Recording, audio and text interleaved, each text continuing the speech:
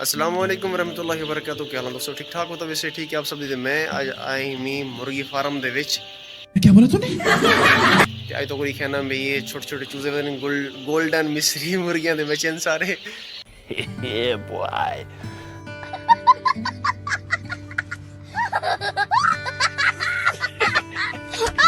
ते अज जेड़ा मतलब प्रोफेसर आई ना वो है कहना, ते इस वास्ते मैं आज सरसी थोड़ी बनावनी वीडियो।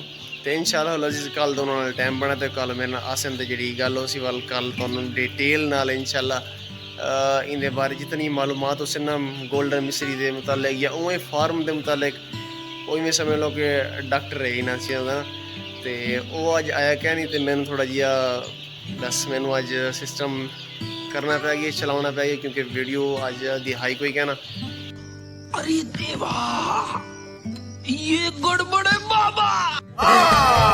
नहीं, झूठ बोल रहा है। इस वास्ते मैं कहा चलो आज तुहानू सिर्फ विजिट करवा रहे हैं इंशाल्लाह अजीज। कल फुल डिटेल नाल इंशाल्लाह अजीज तुहानू कल वीडियो बना के लिखा सो इंशाल्लाह।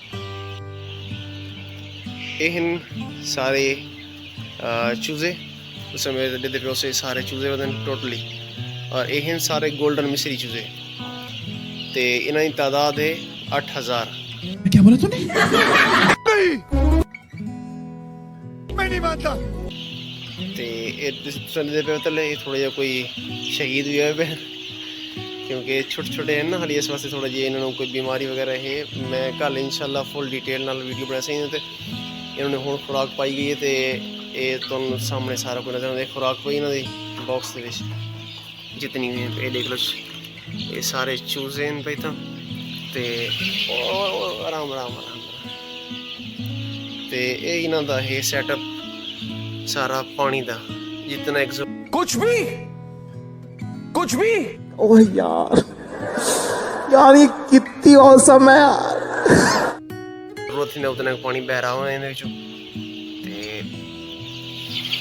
इन्होंने तादाद टोटल 8000 है, और कम अज़ कम ये जितना एक शेडिंग वास्ते इस्तेमाल ना भी ये है कोई 70 फुट है भी। ये हूँ सारे मेरे को डर के ना एक साइड ठीक है। अंदर बट्ठी भी लगी हुई है, क्योंकि छोटे छोटे हैं ना, तो थोड़ा हाल तक थोड़ी नमी है, इस वास्ते अंदर बट्ठी लाई गई। ये सामने बट्ठी खड़ी है थी। ये रात को हर रोज़ मेरे ख्याल जल्दी भी है। तो इन जी गरमैश निकलती, इन्होंने थोड़ी गरमैश मिलती है, तो इस वास्ते ये बट्ठी तो इस्तेमाल थी है। बै शहर की बट्ठी लगी हुई, क्योंकि सर्दियों बहुत ज़्यादा इस्तेमाल थी कामां दी। और छोटे छोटे मेरे को डर के थोड़ा जिहा ना सारे ही साइड से ठीक है। तो माशाल्लाह कितने खूबसूरत लगते पे निके निके। तो इन्हों की आवाज़ सारे चू चू चू चू की आवाज़ नहीं पई, बिल्कुल सारे इकट्ठे देखने झुंड दे विच मेरे डर को। तो इंशाल्लाह अजीज़ अगर मेरी वीडियो आप सबको अच्छी लगी हो तो मेरे चैनल को सब्सक्राइब करो, लाइक करो, शेयर करो, बेल आइकन ज़रूर दबाना है।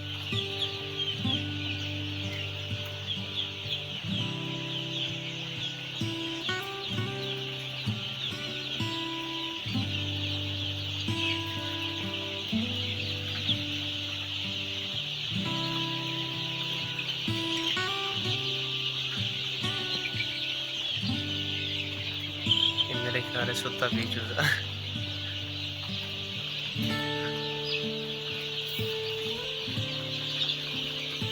सारे खुराक खाने पे चुप करके चलने गए ना को लेते हैं।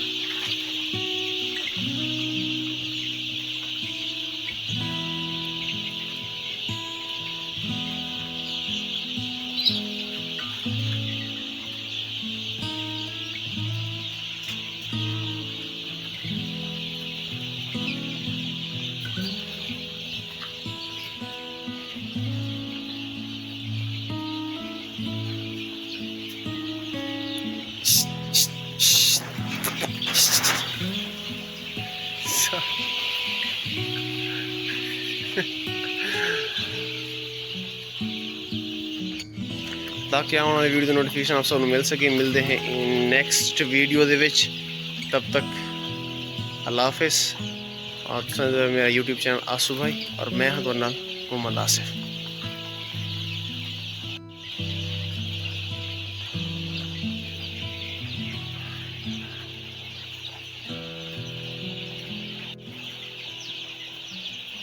This is Chooza.